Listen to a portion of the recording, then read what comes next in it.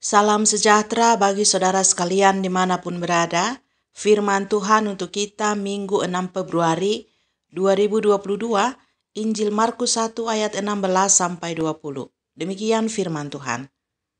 Ketika Yesus sedang berjalan menyusur danau Galilea, ia melihat Simon dan Andreas saudara Simon. Mereka sedang menebarkan jala di danau sebab mereka penjala ikan. Yesus berkata kepada mereka, "Mari ikutlah aku, dan kamu akan kujadikan penjala manusia." Lalu mereka pun segera meninggalkan jalannya dan mengikuti dia. Dan setelah Yesus meneruskan perjalanannya sedikit lagi, dilihatnya Yakobus anak Zebedeus dan Yohanes saudaranya sedang memberaskan jala di dalam perahu.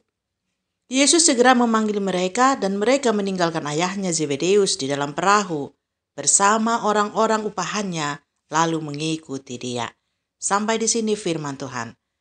Saudara-saudara yang dikasihi Tuhan Yesus Kristus, pemuritan di dunia ini dengan pemuritan Tuhan Yesus sangatlah berbeda. Kalau di dunia ini, siapa yang mau menjadi murid atau pengikut seorang guru, ia harus mendatangi guru itu atau mendaftarkan diri untuk menjadi pengikut. Semakin bergengsi sebuah perkumpulan atau perguruan, maka biasanya akan semakin banyak persyaratan yang dibuat untuk bisa masuk di sana.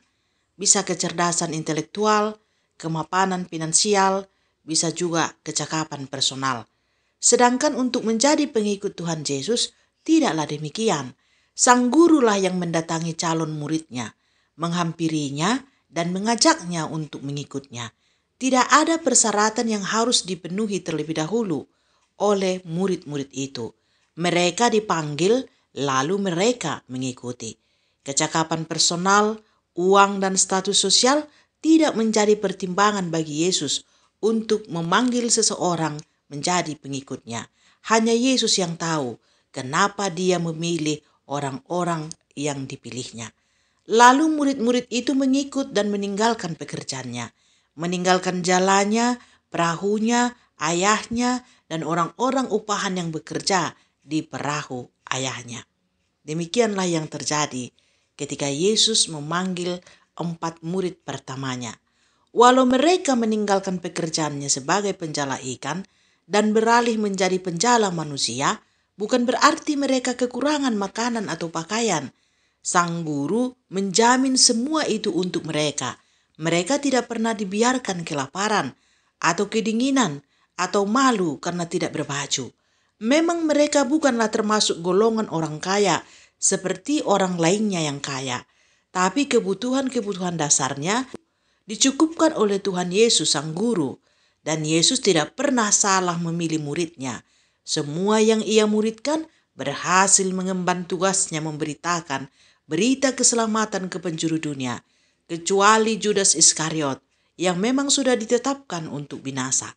Walaupun dia hanya memilih 12 orang pada waktu itu, bukan berarti tak banyak orang yang mengikut-ngikut Yesus kala itu. Ada beberapa golongan yang mengikut-ngikut Tuhan Yesus kala itu, yakni murid-murid Tuhan Yesus yang dipilihnya, orang-orang yang berbondong-bondong, dan orang Farisi atau ahli Taurat. Mereka mendengar, melihat, dan merasakan pengajaran dan mujizat Tuhan Yesus. Namun ada perbedaan yang mencolok dari kelompok-kelompok ini dalam hal bersikap dan merespon Tuhan Yesus. Inilah perbedaan murid-murid Tuhan Yesus dengan orang-orang yang berbondong-bondong dan ahli Taurat ataupun orang Farisi itu. Orang banyak atau orang yang berbondong-bondong itu mengikut Yesus karena ada maunya. Mereka mau sembuh, mereka mau roti, mau mendengarkan pengajaran, dan kalau pengajaran itu keras, mereka akan tinggalkan dan mau melihat mukjizat.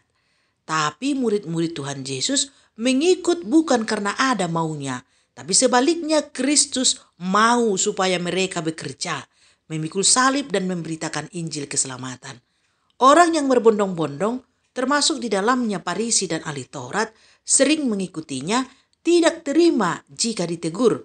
Mereka mengusirnya, mereka membencinya, meninggalkannya, bahkan berencana membunuhnya. Mereka sering merasa tersinggung dan mempersiapkan rencana penyaliban.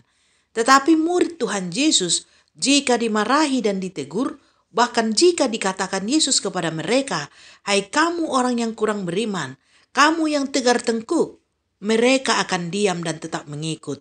Sebab mereka mengenal dan mengetahui maksud sang guru, yakni memberi pengajaran yang membuat mereka hidup dalam kebenaran dan kebaikan. Orang-orang yang berbondong-bondong bukan berarti orang tidak dikasihi, tetapi mereka adalah target dari kasih itu sendiri, supaya mereka diselamatkan dan dimuridkan. Dan murid-murid yang dipilihnya menjadi alat untuk menyampaikan kasih Allah dan memuridkan mereka semua. Yesus menyertai pengikut-pengikutnya sepanjang masa, sehingga panggilan mereka dapat ditunaikan. Saudara-saudara yang dikasihi Tuhan Yesus Kristus, cobalah dulu sejenak merenung, perhatikan dan rasakan, apakah saudara ini sudah menjadi pengikut Tuhan Yesus yang sejati? Atau hanya sebagai orang yang ikut-ikut saja karena ada maunya? Kalau saudara ikut dan sudah siap memikul salib dan memberitakannya, berbahagialah. Jangan takut, Yesus menyertai sepanjang masa dan upahmu besar di surga. Pengikut yang seperti ini tidak lagi mengeluhkan kekurangan makanan dan minuman, kekurangan pakaian dan tempat tinggal, sebab semua itu dijamin Tuhan bagi mereka. Dan menjadi kaya di dunia ini secara materi bukanlah bagian dari cita-cita mereka. Dan menikmati keseruan-keseruan yang ditawarkan dunia bukanlah impian mereka. Mereka tidak memfokuskan diri pada perkara-perkara dunia, tapi pada perkara-perkara surga. Kebahagiaannya adalah keberhasilannya menunaikan tugas panggilannya. Dan pengharapannya adalah duduk bersama Yesus dalam kerajaannya.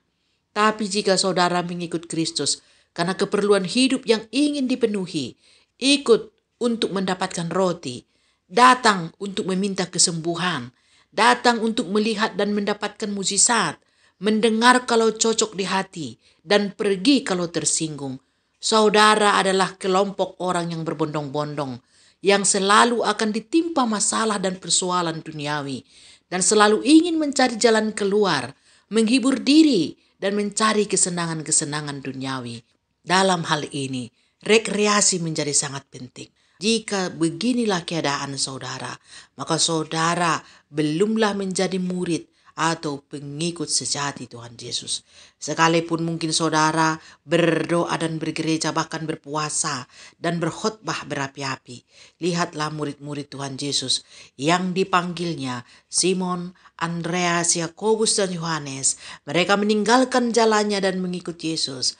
Mereka tidak meminta dan tidak sedang mencari mukjizat, tetapi sedang dipersiapkan untuk diutus memikul salib Kristus, bekerja menggenapi rencana Allah menyelamatkan orang-orang berdosa supaya beroleh hidup yang kekal. Jadi siapa saja yang mau jadi pengikut Kristus, ia harus siap bekerja dan meninggalkan apa yang dicari-cari dunia ini. Siapkah kita menjadi pengikutnya? Kalau ya, tinggalkanlah jalamu dan perahumu, pikulah salib dan berjalanlah beserta Yesus. Tentang makanan dan minuman, tidak perlu dikhawatirkan. Asalkan mendahulukan mencari kebenaran dan kerajaannya, maka semuanya itu akan dicukupkan. Upah kita besar di surga, dan kita akan turut dalam kemuliaannya pada saat kedatangannya, dan tinggal di dalam rumah Bapa untuk selama-lamanya. Amin.